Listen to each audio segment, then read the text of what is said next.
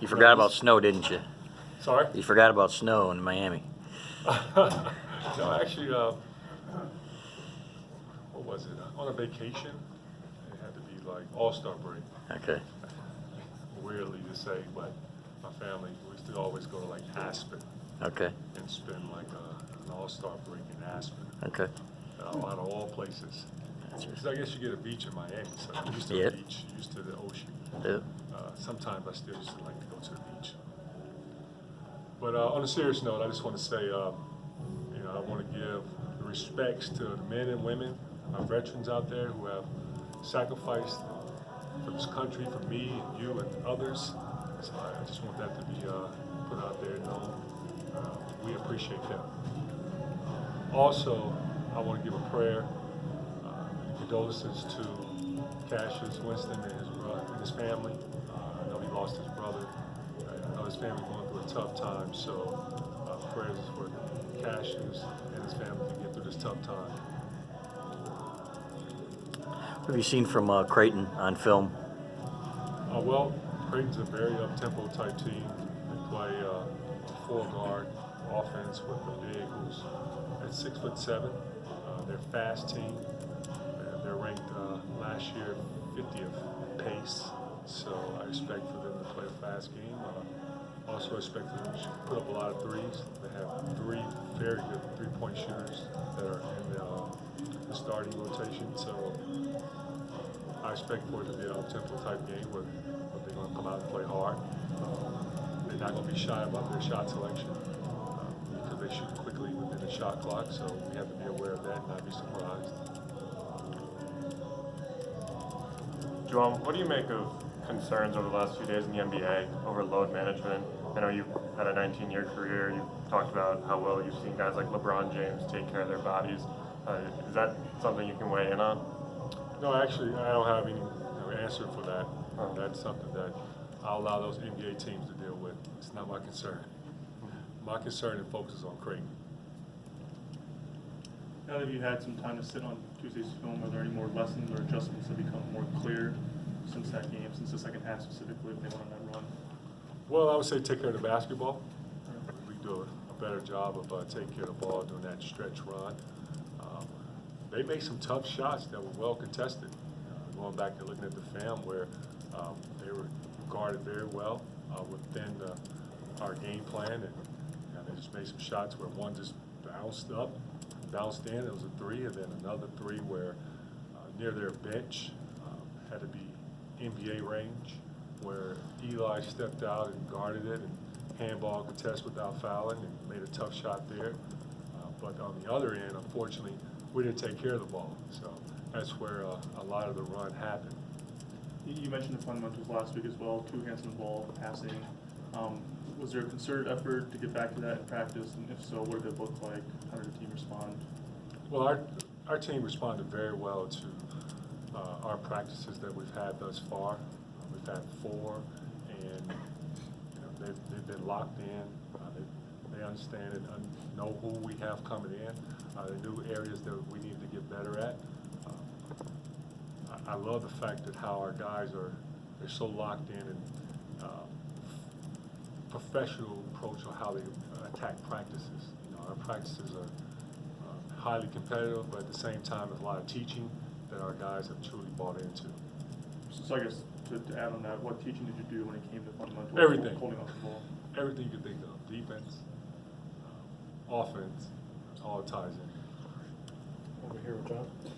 Juwan, as you've been able to work with Colin Castleton over the last few weeks and months, what specific areas of his game have you been able to address and maybe help him advance? Well, Colin's very skilled for his size. We focus a lot on low post play as well as facing the basket when he catches it in the post, taking his time. He has a great footwork for his size. Also, he's a learner. When you talk to him, he's always listening.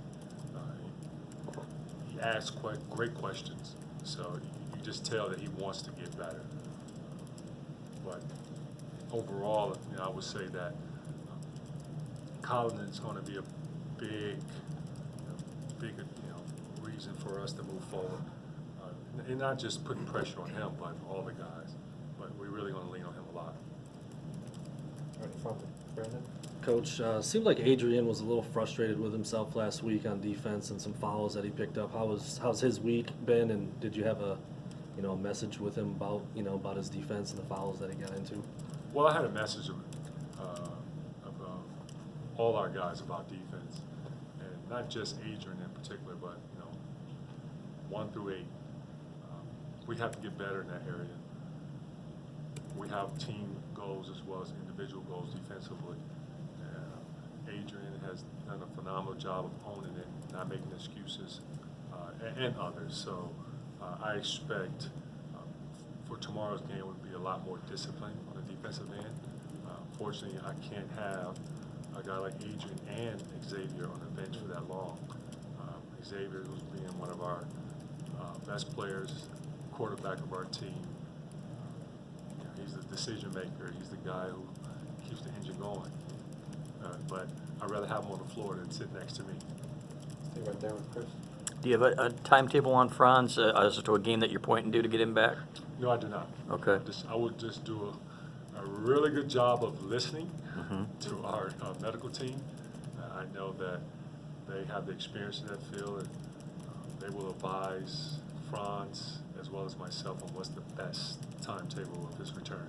And then with Xavier, what was your message to him after the game? Not his typical game here, obviously, and what was your word to him? Well, Xavier's, he holds himself at a high level of, when you talk about accountability. So he'll go back and watch film like he's done individually by himself, but we've watched it as a team, and he's owned it where he's felt it wasn't one of his best games, and he expects to come out and play a lot better than what he felt he played last game. On your right with Andrew. On as far as Xavier, just the point guard in general in your offense, can you shed some light on sort of how much is on that position's plate and what you ask of them out there? Excuse me. Well, our offense is generated and starts with our guards, especially the point guard position. They're the guys that get you into your sets and get you organized. And, they know their offense. They know each and every spot where each and every guy needs to be. So I need our point guards to be playing at a high level and playing their best.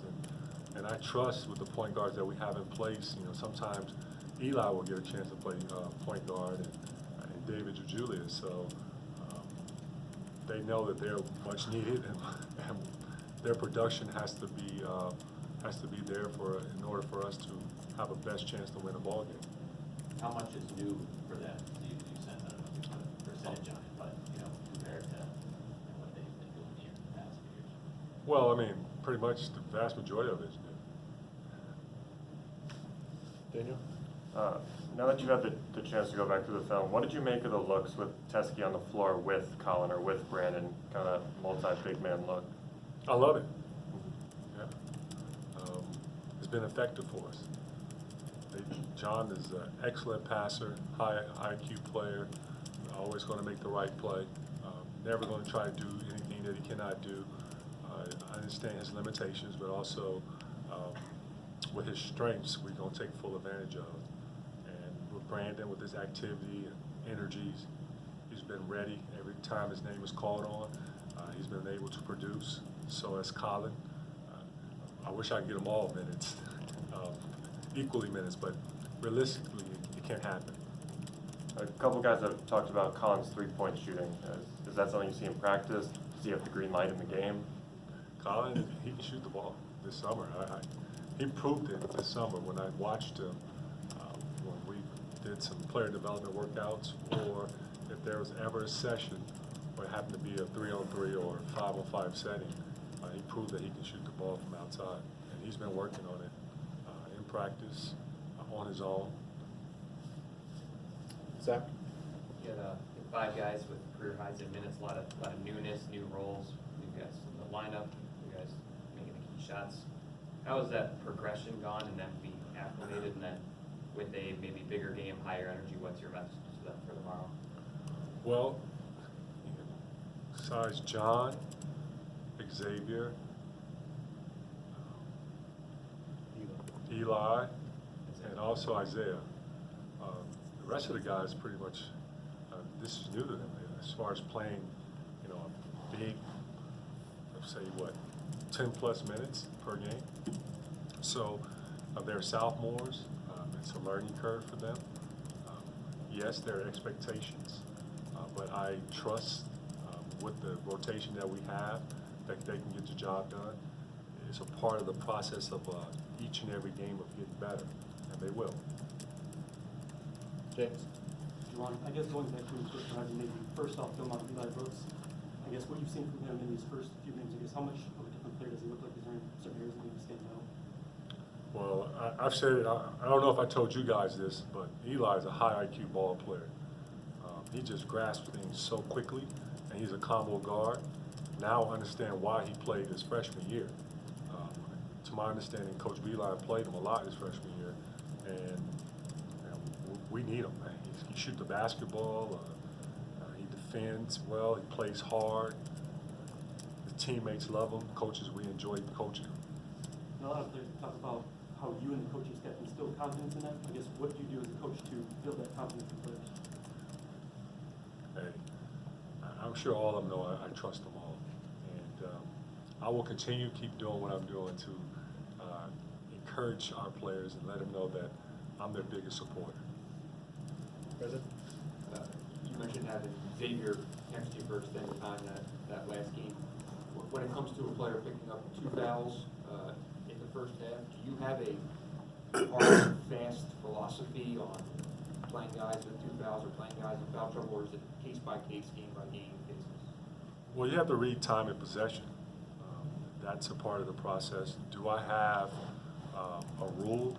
I'm not going to say I do have a rule. It's a part of reading the game. Maybe a case-by-case basis, and it also depends on the opponent, who he's guarding. So I'm not going to sit here and tell you that when he picks up 2 fouls that he's always going to sit the first half. You might see him like he did. He came in at the end of the game for that one possession. I'm not going to tell everything. You haven't learned that yet. And how much of it is trusting a guy to play without fouling? Well, yeah, that's a part of it too. You know, having trust in, you can't do it with everyone. You know, you have to do it with the guys who you feel that are smart enough, disciplined enough to be able to know that they have 2 fouls and that they can't risk getting that 3rd foul. It also depends on how important that player is in his role and your team hopefully finishing the first half, but then also need him for the second half of the game where he can play, where he has 3 fouls to give, well 2 fouls to give instead of 1. It's a read thing, it's a trust thing. Over here with John? You obviously weren't around when this schedule was put together, but what do you think of what you have facing in the next few weeks, and what do you want out of non-conference schedules in the future to get you ready for the Big Ten? I love competitive non-conference games because the Big Ten is an extremely competitive conference. If you look at the Big Ten each year, they're putting 6 or more teams in the NCAA tournament. So if you want to prepare for the Big Ten schedule, you have to play some non-conference opponents that are teams that you may see if you are fortunate enough to make it to the NCAA tournament. Those are the teams like, for example, let's start off with North Carolina, Oregon, you can add Iowa State that makes, Creighton, Louisville, yes. Those teams get you ready for the Big Ten for sure. And I know we have a tough schedule that's coming quickly. And I'm not looking past any other opponents, so please don't get this twisted. We're taking this one game at a time, and right now I'm focused on is Creighton. Ethan? Juwan, you were talking about it being a trust thing with fouling and all that. I'm curious as to how someone maybe earns that trust with you. Well, it's a part of learning and reading the game and knowing the game and knowing your personnel. Chris? Without naming names, recruiting, obviously the early period, are you expecting to get letters of intent this week? I'm keeping my fingers crossed. Okay. All right. To stick on that note,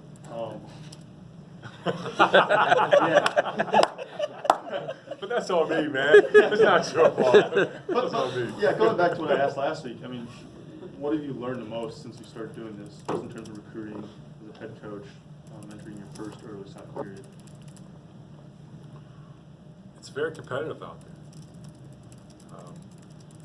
I've said it before to this crew, as well as many others, that when I took the job for the 2020 class, I had to hit the ground running, and I knew I was behind the 8 ball because there are a lot of other schools that have been recruiting the 2020 class maybe 2 years ahead of me, if not 3. So I was working extremely hard, and will continue to keep working hard to be able to sign a recruit that fits Michigan. And that comes from as far as the right student, as a high character player, and the skill level that fits our program. Did that accelerated timeline of some of those guys, did that affect who you targeted, just in terms of schools that have been on them for a while? Well, I don't know personally why some has decided to commit earlier before the April signing period. I know that we have worked hard. Me and my staff have done it. And I give my staff a lot of credit as well too. They've worked extremely hard to find the right players that fits this program. Yes, there are some players that we lost out on, but we were right there in the race. Do I believe in moral victories? No. I believe in getting the job done. No, that'll do it. Thanks, Coach. Thank you.